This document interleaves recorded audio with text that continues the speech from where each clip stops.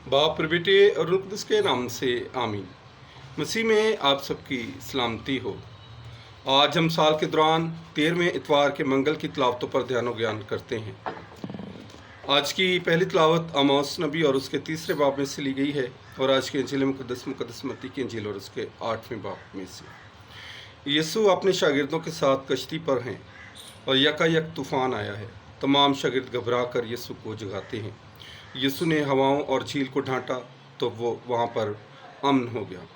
खुदावंद शागिर्दों की कम ईमानी और कम एतकादी पर इन्हें सरजनश करते हैं और खुदावंद यीशु मसीह उन्हें कहते हैं कि क्या तुम्हारा ईमान बढ़ा नहीं? क्या मैं तुम्हारे साथ नहीं? क्या तुम मुझ पर ईमान नहीं रखते? और मेरे अजीज़ों, जब पतरस पानी पर चला है तो पतरस ने अपने यीशु को अपने अंदर आने दिया है। तो ज़रूर है कि हम भी यीशु को अपने अंदर आने दें और उसे कबूल करें।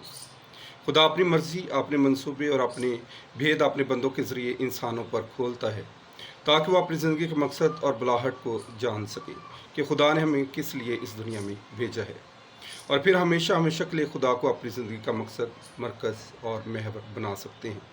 लेकिन जो इंसान खुदा की आवाज़ को नहीं पहचानते, उसके बताए हुए उसूलों का पास नहीं रखते और उस पर ईमान नहीं रखते, वो हकीकी ज़िंदगी से बहुत दूर चले जाते हैं और फिर खुदा उनको सज़ा भी देता है। खुदा बनी इसराइल को उनकी बदी की याद दिलाता है। खुदा ने उनको अपनी उम्मत होने के लिए बुलाया, अपनी बरगज़ीदे होने के लिए चुन लिया, अपनी सारी बरक़ात उनको अता फरमाई, लेकिन वो गुनाह करते, खुदा को तर्क करते और बेवफाई करते रहे। इसलिए खुदा ने उनको सज़ा देने का हुक्म सादर किया है। तो ज़रूर है कि हम भी बनी इसराइल कौम की तरह खुदा के बेवफा न बने बल्कि वफ़ादार बने, क्योंकि मदर टेरेसा ऑफ कलकत्ता कहती हैं कि खुदा ने हमें कामयाब होने के लिए नहीं बल्कि वफ़ादार रहने के लिए बुलाया है ताकि हम खुदा के वफ़ादार बेटे और बेटियां बन सकें। आज का दिन मेरे लिए, आपके लिए बाइस बरकत ठहरे। आमीन।